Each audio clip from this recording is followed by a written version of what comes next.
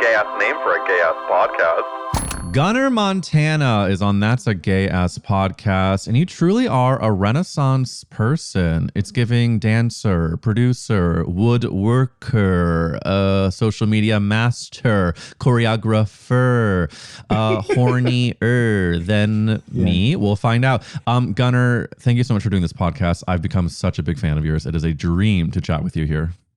Awesome. Thanks, Eric. You have been popping up on my algorithm as well. And I was like, oh, yeah.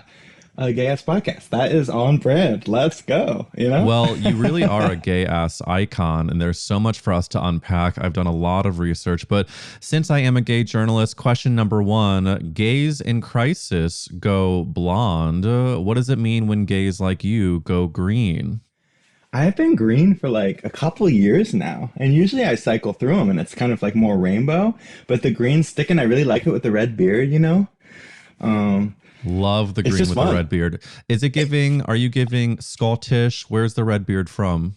I don't know. I'm a mutt, you know? I'm a white mutt. I don't care. I don't know. Well, but you're all over there for sure.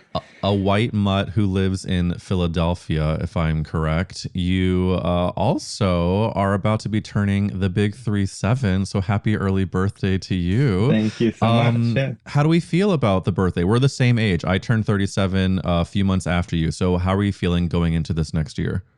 Oh, I feel great. I can't wait to get to 40, actually. I'm kind of over all the young buckbull stuff, you know, and like I'm ready to like dig in, and I feel like I know myself very well now. I've been going through big transitions in my life, and I'm just ready to be mellow and calm and cool and collected and just like knock it out of the park. I think there's so many cultures, I think, fear getting older. Like I live in LA where like the idea of aging is like a full jump scare. However, you guys are the most scared of it. I know. You walk around, you see people white knuckling their purses. Yeah. Philadelphia doesn't care that much.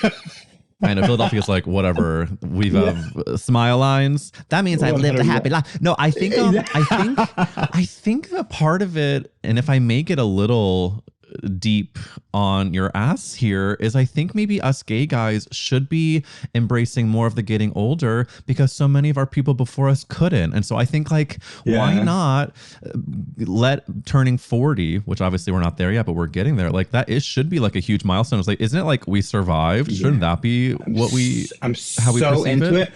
I'm so into these crow's feet that are showing up. I'm gonna hit daddy at like the height of daddy, you know? Oh my God, I'm into daddies myself. Like I totally get it. Like the more rough and tumble you look, the more I'm into it. You know what I'm saying? Yeah.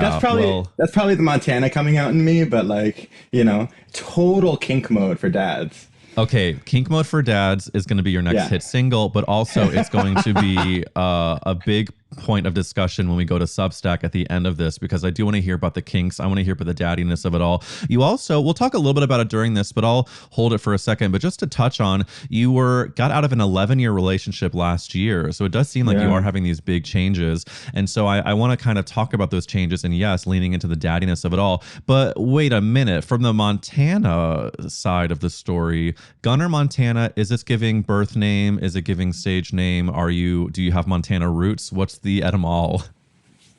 It's giving stage name. Grew up in Montana, and it was a mistake with a Facebook profile that went wrong like a while ago, and people just started calling me it.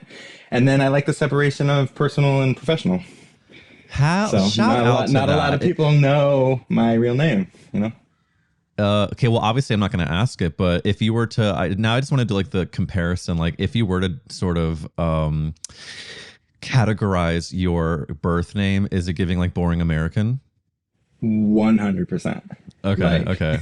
Yeah, 100%. No, but so Gunnar Montana is a delicious name, and I think it's a perfect segue into asking the famous podcast question, since we can get into your lore. So Gunnar, let's ask, whose fault is it that you're gay? Who do we blame, babe? Who do we blame? So many people. I was thinking about this, and I think I can narrow it down to never been kissed Michael Vartan.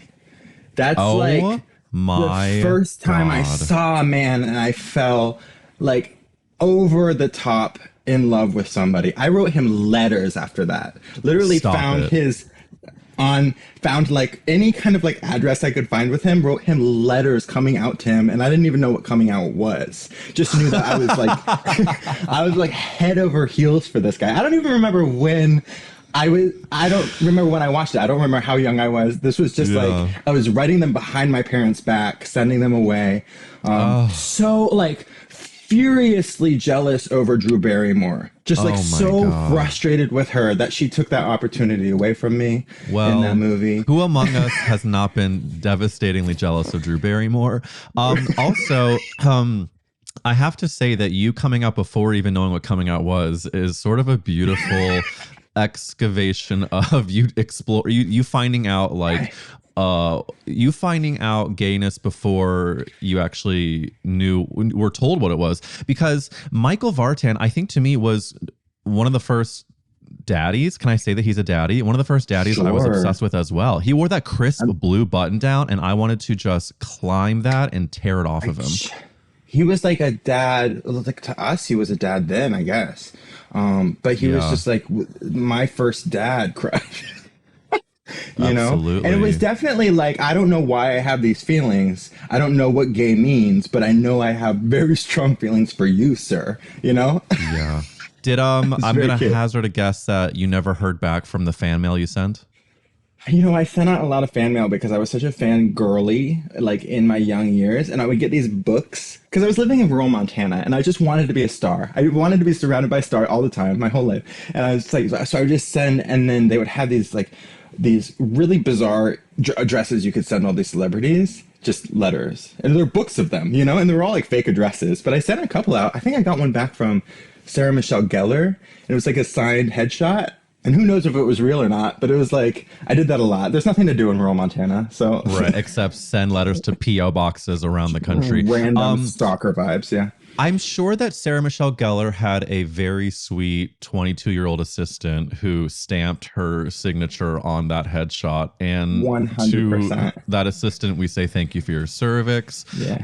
I also say to Gunnar, you knew you were a star from the jump, and I find that to be so incredible, especially thinking about rural Montana. Like, isn't that beautiful to know that no matter where you're born, the fabulousness can't help but come out of you? Like, what part of Montana did you grow up in? Would it be a town name that I know? No, absolutely not. This is like rural town of 1,000 people. Wow. Like right next to Idaho, Trout Creek, it's called. Like really small town. Like nobody lives there. Actually, that's not true. A lot of people reach out to me now and are like, "Hey, you used to live here." I was like, "It's really cool." No, that is very cool. I when I first started this podcast, I feel like I sort of talked down to people who, by accident, who didn't live in major cities because I was dealing with my own trauma of like feeling so alone. But the more I do this, the more I'm like, it's actually the opposite. We need to like celebrate the queer people who are in these rural towns. We need to like, you know, tell them that they're badasses because they are, because we need to have more queerness around the country. But did you have your first boy kiss in Montana, or did you wait till you got out? I think I had gotten out by then. I had my first gay bullies in Montana. Sure. But, I definitely got hit before I got kissed. But I wasn't till like, I think I was later, like almost like the year before I went to college, that I was actually kissing boys. And that was at the University of the Arts, where you got a BFA in modern dance performance. Dude, Shout out. You're so good at your job. Yes, that's exactly what it was. I'm also just a stock truss. Also loving the BFA life. I have a BFA in drama, and so we both have what some might call useless degrees, but we've persisted nevertheless. They play quite a role in where we're at now, it feels, you know?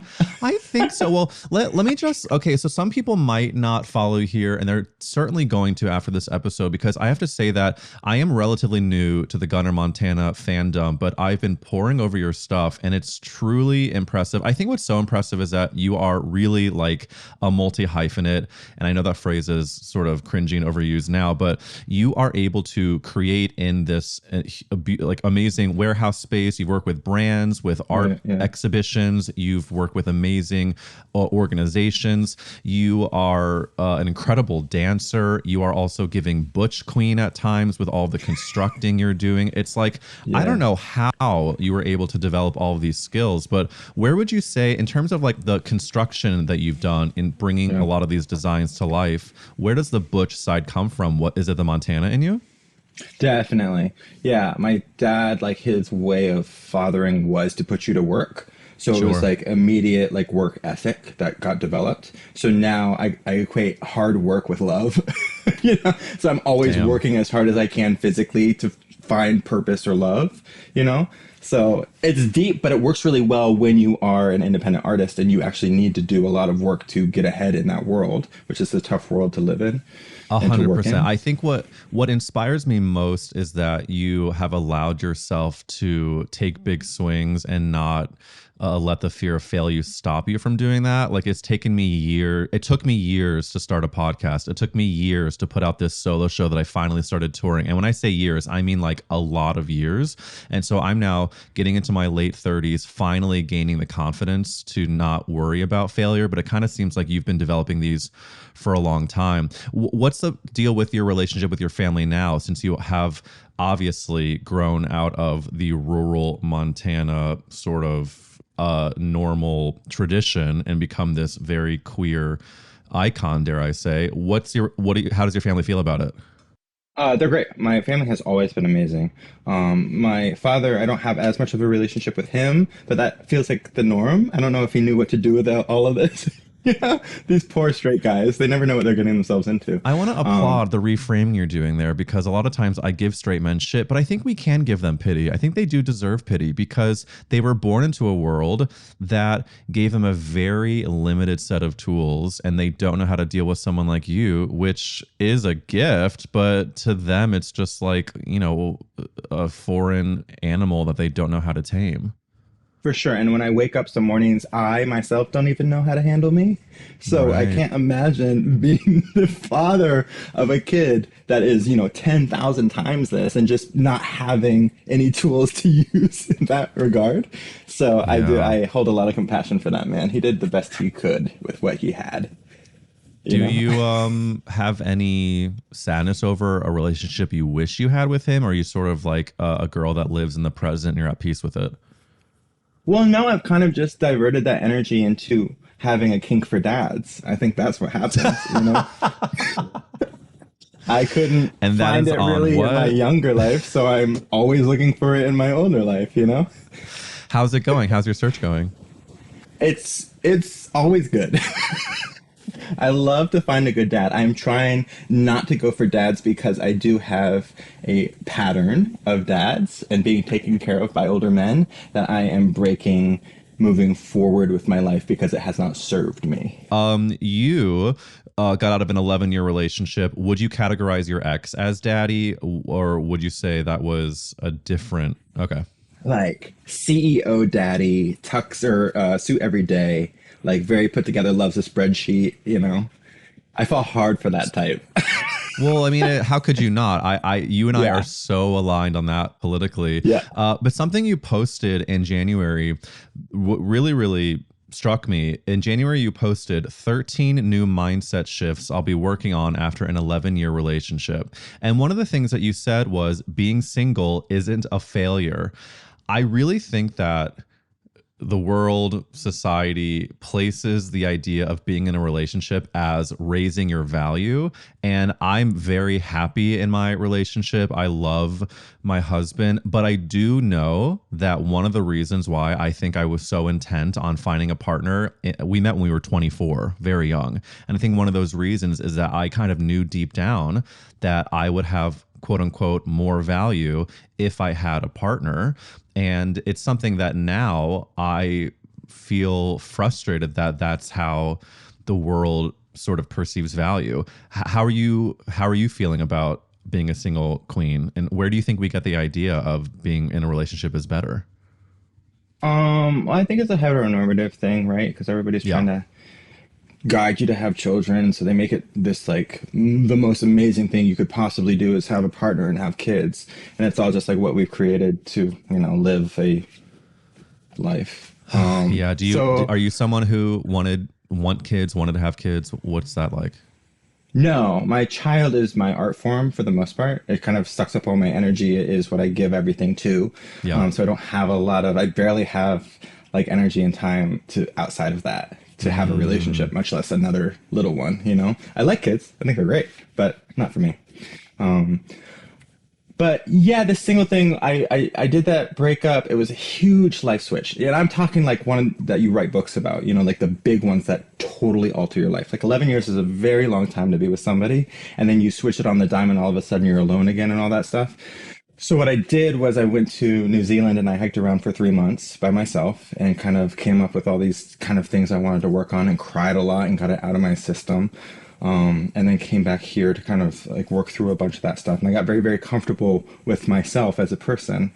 And my philosophy is, I think it's great to be single. I think it's great to be in love with yourself. I find it very boring, you know? I just think I enjoy sharing my life with somebody. I find a lot of value in that, to be witnessed through life. I can witness myself all day, every day. I work like 80% of my day alone, you know, like I'm good. Oh my God. You know? This is so... The universe has sent you to me because I was feeling very, very burnt out, and you know, my art, quote unquote, is my life as well. And I spend so much time alone. I'm like recording this podcast in a room by myself. I'm at whatever, and so I went to San Diego for a solo trip to just like kind of get out and, you know, have a refresh. And I felt the same thing, which was that, you know, I can be by myself and I can enjoy it, but I really do get off on connecting with other people. And so for my next trip, whenever that will be, I think it'll be like visiting close friends in a different city, or finding a way to connect with community. And like, I did go to San Diego gay bars and met some really great gays. I did spend a ton of time, more time than I wanted to, looking at the apps, like on the scruff and the sniffies of it all. And so I just deleted those, and that has like days ago, and I'm already feeling a shift from that. Good luck with that. I think it's. Would you say good luck with that? Yeah. Are you? Everybody's always deleting them. Yeah. That's what I literally, tale as old as time. But I'll let you know when I re-download them. Are you currently on the apps? I'll see you on them. I got them on them for the first time after my relationship, and I think they're terrifying. Of course. I mean, I can enjoy them, and we can talk about this in the After Hours podcast. Yes. But I was celibate for 7 years of this past relationship. For the last 7 years of it, I didn't have any sex at all, and it was wild. I don't know how I did it. I was in a weird place. It was a very bizarre relationship. 7 years? 7 years, yeah. And so Gunnar. I wasn't having sex. Isn't that wild? Which is so wild because I have such a outwardly sexual persona, especially online. Yeah. That like, I think I was channeling a lot of it through that, and I was getting a lot of it out in there. I mean, I'm a very creative person. I think it's kind of the same chakra of being creative and having sex. So I was getting a lot of that energy out, just being as creative as I am. But after that, it's like kid in a candy store, like figuring all this out for myself as an adult for the first time. Yeah. And it's wild. I feel like a 15-year-old.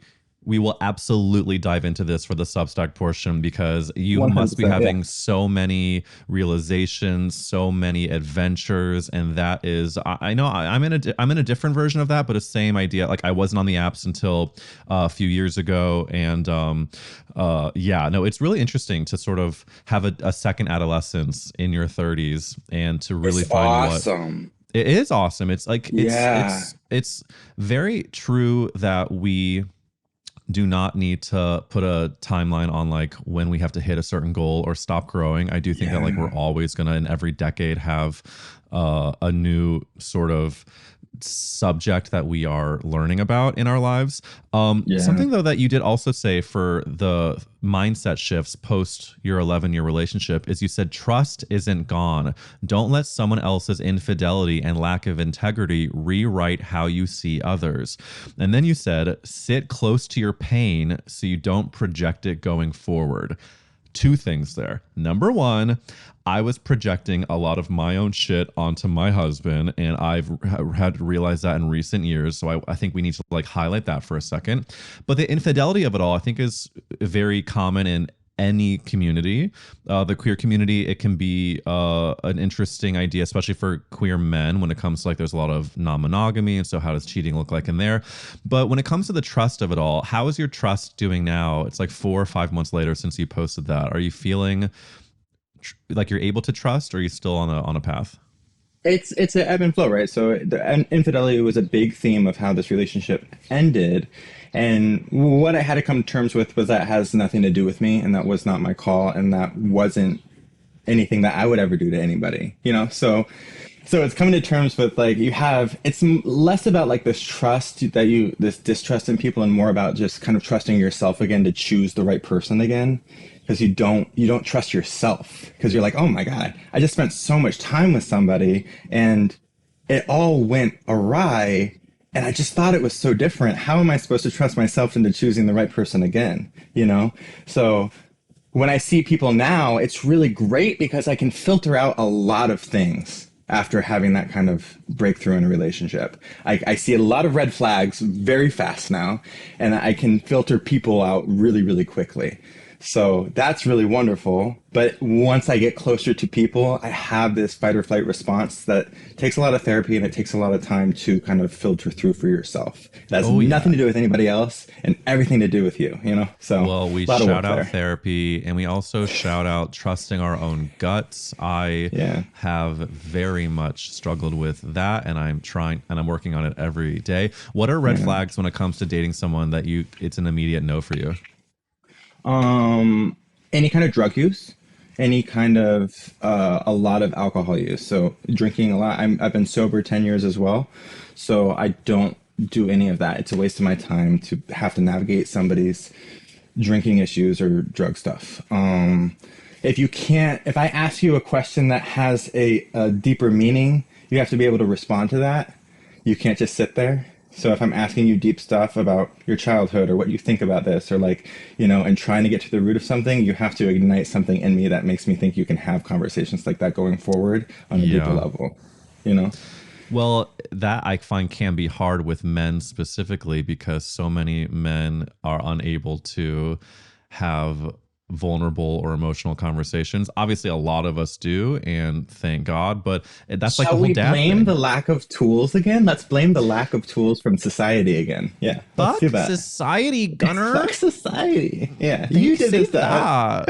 Say that. Yeah, no, very real. Yeah. It is real, but can I give you a big mazel tov on the 10 years of sobriety? That is unbelievable. Are you comfortable telling us what precipitated the decision to go full sob? I have a addiction problem with everything. So it can be art, it can be people, it can be drugs. Some things are more than others. Some things are great to be addicted to. Some things not so much. Like I have exotic frogs. I was like, I can't just have one frog. I have to have 11, you know? Like, so it's like, it's this kind of like more is more mentality. So once I started doing stuff that kind of ignites that more, like drinking, cocaine, all of that stuff, I was like, oh, this can get really out of hand really fast. So let me reel this back. I spent most of my childhood in AA meetings with my folks. So it's a common theme in my family. Oh, wow. So I could see where it was going. I could see where it would end up. And I was like, you know what? Let me just stop this while I'm ahead. And I did. And it's been awesome. It's been the best thing I've done for myself. It's a gift you're giving yourself to sort of play the tape forward and to sort of heal the future version of yourself, or give a gift to that future version. Would you say then that if you sort of have an obsessive personality, it's not only in your family, but you tend to fixate on things? Have you replaced maybe the addiction on substance with something else that's just more productive or positive? And what would you say that is? I think most addicts that I know do, because it's not something that it goes away. It's just something you have to kind of like revert the energy to. For me, it's a lot of physical activity. So every day I wake up, I rollerblade, I run, I go to the gym, I do a 10-mile race. It's like I have to consistently stay active.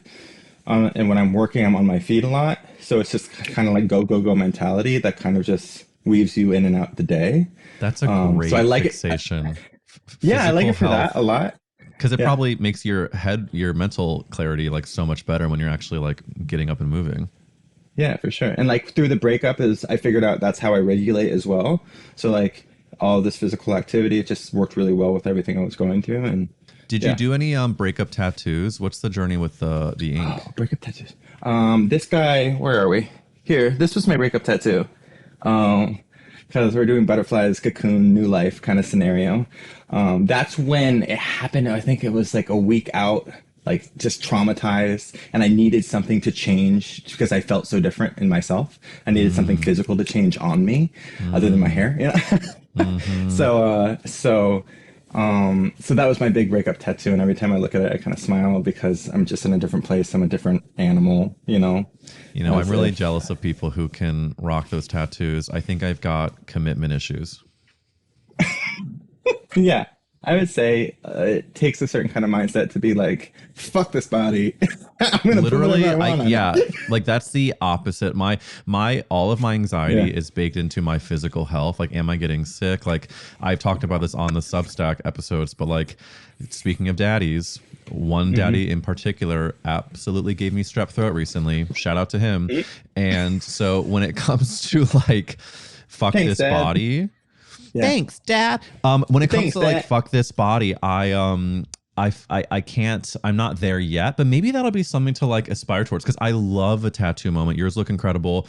Matt has been getting a bunch over recent years, and I find them to be really sexy, but I just can't imagine like looking at my body and being like, I want something to be there forever. Yeah, it's kind of like a total. I just picked animals, and mostly because I knew I'd always like them, you know, and I can kind of collect them as I go. Like I got like a bird from New Zealand and stuff, and like every time I'm in a place, I just get whatever animal I've been around, which is cool. Yeah. I did it kind of for that exact reason, though. Like I got these job-stopping tattoos because I wanted to make sure I didn't end up in a suit and tie anywhere, and specifically wanted to ruin this image of being a 9-to-5 person, so that when people look at me, they don't see that, you know? Okay. Yes, absolutely. And so this is something you do that I'm obsessed with, which is in the content you post online, whether it's like you dancing under a rainfall shower in heels and the sluttiest outfit you've ever seen, or giving us your beautiful butt in New Zealand, or showing us how you construct something. Do you ever feel a sense of shame that you have to unpack about showing yourself in this kind of horny way? Like, how did you get through that? Because I feel like I look at you and I want that freedom. Oh, interesting. I think I just got so sick of people that I stopped caring what they think. There is no right way to navigate people and their opinions. Nobody will ever like you. Nobody will ever you're always going to have people that hate you for no matter what you do, literally anything. So it's like, I just stopped caring. And I found a great community of people that really celebrate that with me and that can live vicariously through that. And so I'm constantly surrounded myself with people that are joyous about that with me, you know? So I don't feel anything anymore. I just naturally do whatever I want to do, and people celebrate that with me, and it's awesome. You can beautifully balance the butch side and the femme side with the dancing. What's up with your dancing history? I mean, you clearly studied it in college, so what happened there? You do it all in college. You do modern tap, jazz, ballet. I wasn't necessarily good at it. I'm like a really big guy, you know, like I'm kind of clunky. I'm not like really that graceful. My limbs don't like straighten all the way. So I wasn't the best dancer in dance school, but I have a lot of personality. So I got pretty far with that. And then I started a dance company after school because that was kind of the medium that I learned how to communicate in. And so I have a lot of performers that I work with now that are either drag queens or burlesque dancers or strippers or professional dancers. And I learned that language, so it's easy to choreograph this stuff with them. And I usually tend to do more of the heavy lifting of acro male duets in my work. So I'll set work on myself that is just lifting more beautiful boys around as they show off their moves, you know? And I kind of emphasize men on men in my performances and a lot of nudity in my performances, to kind of get this whole free love thing on the stage, because you don't see enough of it. I don't see male and male partnering enough on these stages. And it is hard. Like, it's like boys are big, you know, they're hard to move around like that. So But it's really, really cool to see male bodies on stage together and naked together, as naked as possible, and moving together in a really beautiful way. Because like you don't see it in professional ballet, you don't see it even on Broadway that much. Like you just don't see enough of it, you know. So yeah, are you a Broadway gay? Do you enjoy musical theater? yeah, I switch over from Broadway tunes on my workday at like 5 o'clock, and it's just all Broadway tunes, just belting it Okay. out in my warehouse to all of South Philly, you know. What So, are some of your favorite show tunes to belt to? Because I mean, I'm I want to say Wicked, similarly but doing that's that. basic now, you know. Well, That's that's totally okay. Wicked basic. is a classique for a reason. Side note for people who don't yet follow Gunnar, scroll down to the full witch photo shoot that Gunnar did. It is unfucking real. It's not only hot, but like just high faggy art. So you're belting to Wicked. Are there any deep Yeah. cuts? Are there any show tunes you're into? Like specific tunes I'll listen to over and over and over again, like My Days from The Notebook. I don't know why that one makes the cut, but like literally like 40 times in a row. And that's probably just where I'm at in life right now. you know, Yeah. but like, a lot of like, I haven't even seen Hamilton and I listen to it straight through all the time. You know, I didn't even watch it on Netflix or whatever. But I'm really No, excited to go see Lost Boys. Like Yes, super me stoked about too. it. Did you see it? Okay, you haven't seen it No, yet? I hear it's great, but my friend Jay Marcus, Yeah. shout out, is one of the producers on it, and Awesome. Yeah. I hear it's like mind blowing. It's just like so my vibe of like Yeah. vampires while singing. And like big So spectacle. It's like it's apparently one of the Yes. most expensive Broadway shows. Like it's up there with Spider-Man Turn Off the Dark, but it's obviously Yes. more And successful I not am killing a people.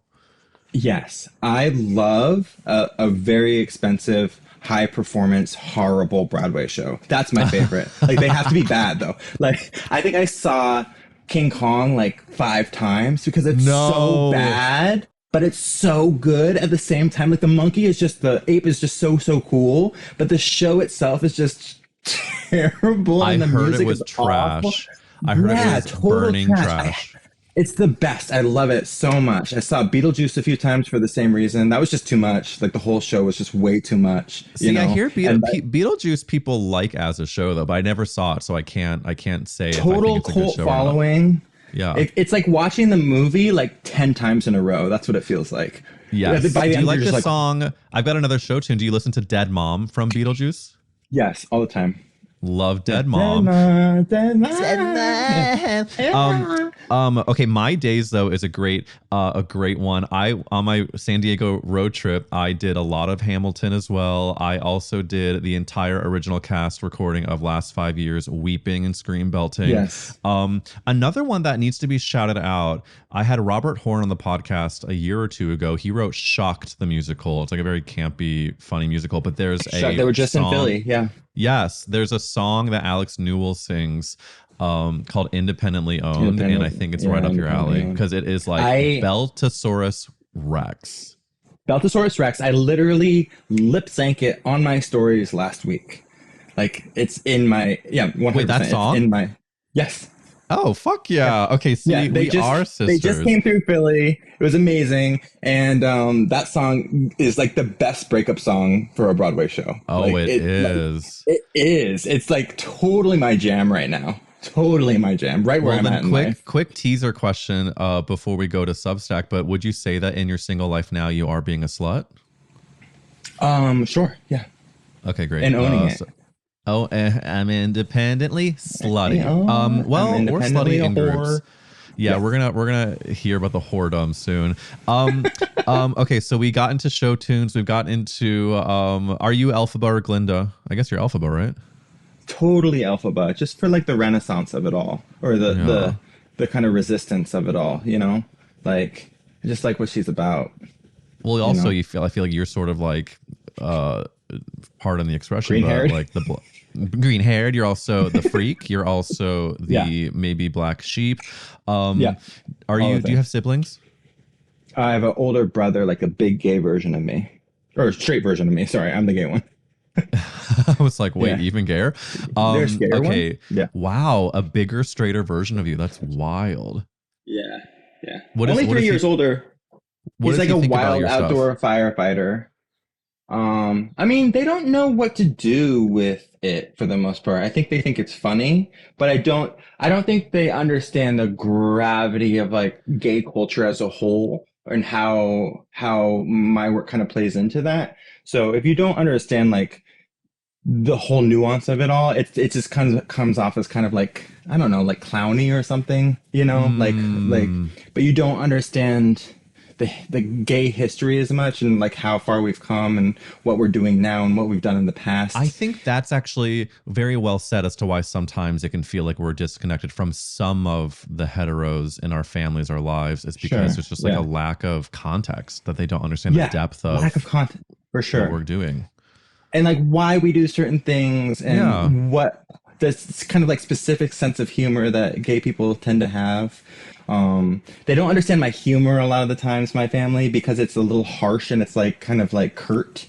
I think and like they would never know what shade is or what the tea is. You know, like all these things that like we have down to a fine art. Like, so would you say that you have a pretty sharp tongue when the library is open? I don't think I'm like creative enough, because I'm always like in RuPaul, I'm always like, you know, what if the library was open and I had like, I can't think on the spot like that, but I'm shady as all hell, like in person, you know? So I can throw shade really well, just like in casual conversation, but I can't like put the glasses on and read you for filth for like, creatively. I do think, side note, I do think that they are absolutely writing those before they get there. And I think that you would, I hope so, because I'm like, I should be able to do that, I think. No, I think there's a lot of smoke and mirrors with that. I think there's a lot of preparation that goes into it before. I think that they are very much in a writer's room. But maybe I'll ask a Rue girl next time I have one on how that works. Please do. I need to know if they're really that I really should. The final thing before we move over to Substack is I just want to say, like, your ability to also create stuff on social media, I think, is pretty next level. I'm in the era of finally taking mine a little more seriously. Like, literally, I'm just starting that now by trying to prioritize it, because it really is sort of currency in many industries. It is. Yeah. Does your relationship to social media, like, has it ebbed and flowed? How have you been able to seemingly be like a grounded, how do I say, like, not vapid monstrous person, but also posting pretty regularly and pretty involved content?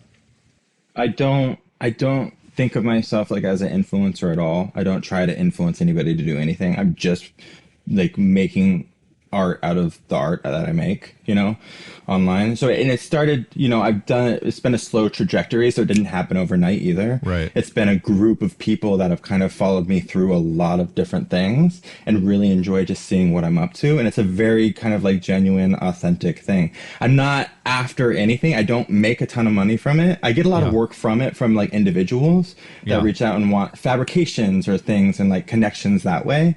That's great, but there's no money. This isn't something I need to keep up because, you know, it's paying my bills, you know, necessarily. So there isn't that kind of pressure. You're putting your art out there. It's just one of the tools.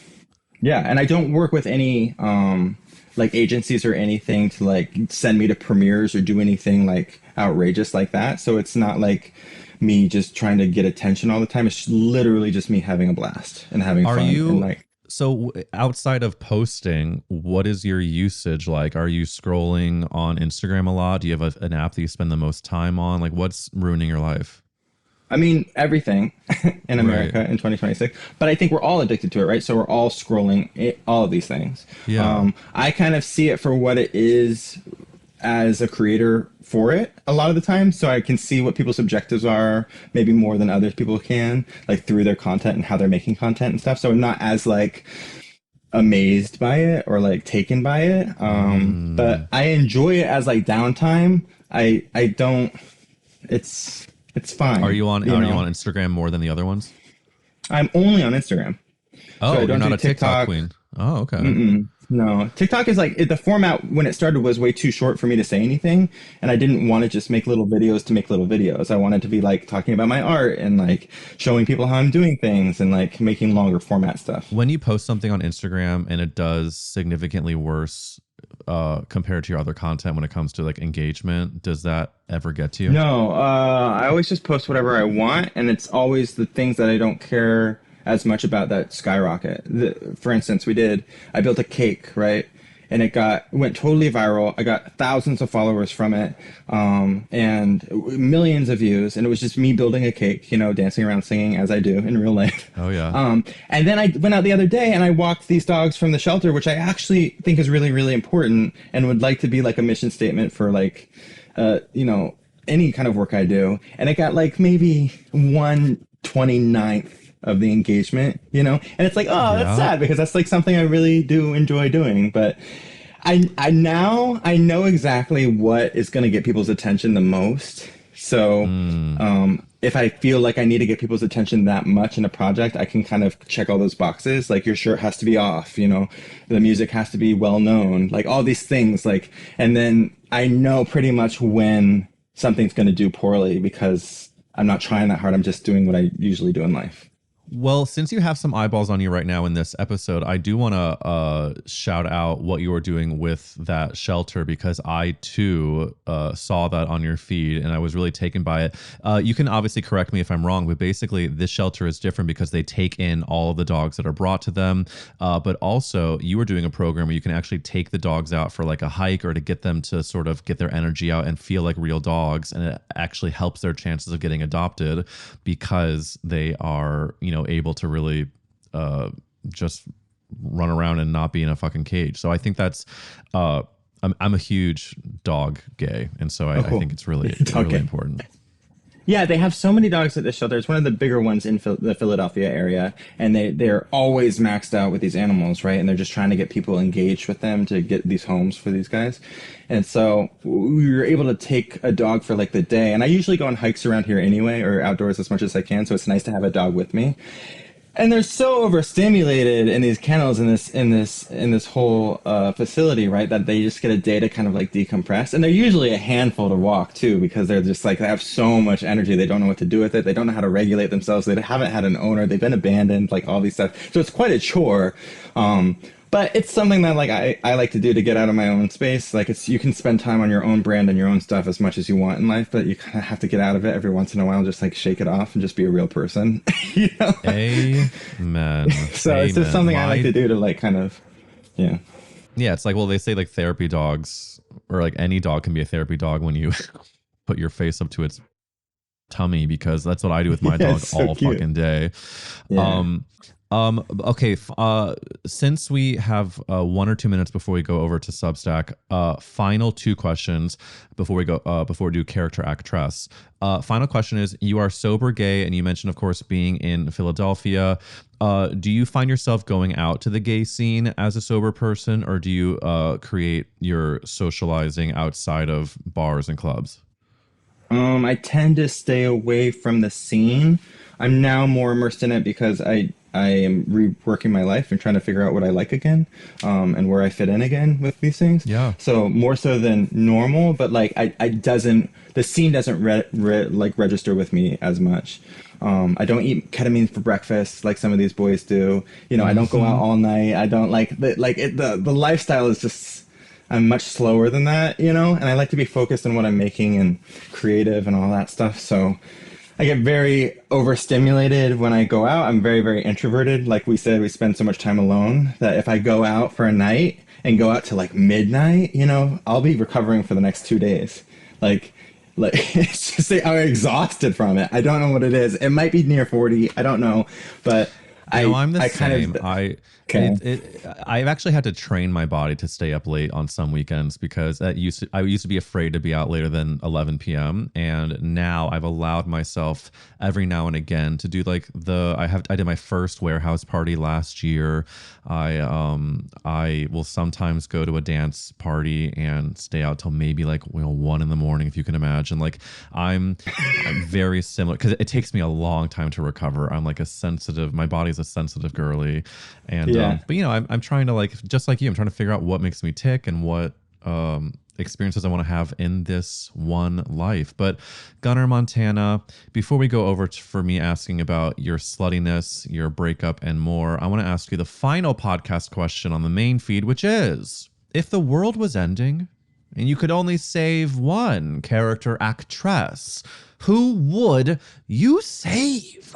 Who would I say? I don't know if she's been chosen yet, but I've been giving this some thought, and it all comes down to Meg Stalter for me. I just think she's so funny. I think she's so funny. She's incredible. Just out of control. Yeah. And I don't think she's been chosen on this podcast, even though we have mentioned her. I don't think we've saved her. So Gunnar, great choice. Thank you. When we talk about like how desperate people are for likes and attention, including myself these days, and how she just doesn't give a fuck, like I just love her so much. I really do. Well, and her new song, Prettiest Girl in America.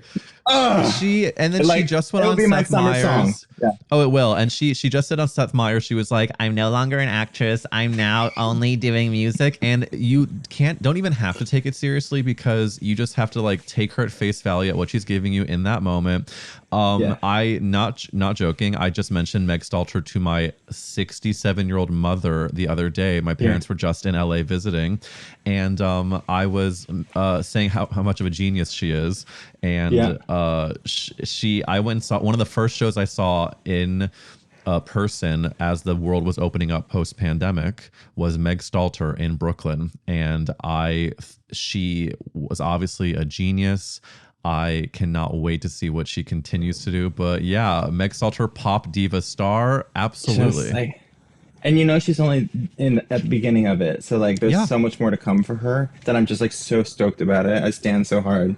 You know what? Let's take a second to stan Meg Stalter and the journey that she's continuing to go on. But can we be unorthodox for a second and stan ourselves to say that we also have a lot to look forward to? Can we take and to people listening, you too, you do too. Yeah. Like I sometimes feel that there is a countdown clock ticking in the back of my brain that's like saying the jig is up. There's no more time left to become anything. And actually, we have a long runway. We can be whatever the fuck we want to be in this moment. And just like Meg Stalter, we have a lot more to show and to explore in ourselves. And I think, Gunnar, you are the same way. Thanks. We can all be a little more like Meg Stalter. Say that, Gunnar Montana. Say that. Will you please tell these gorgeous listeners where to follow you, and if there's anything else you would like for them to know? It's mostly just Instagram, Gunnar Montana, GUNNARMONTANA. That's pretty much it. It is linked in the description. And for all of you Substack paid girlies, you're in for a treat, because we're about to have a kinky, slutty conversation there at substack.com/@EricWills. And I will see you there. Gunnar, you're a star. Thanks, man. That's a gay-ass name for a gay-ass podcast.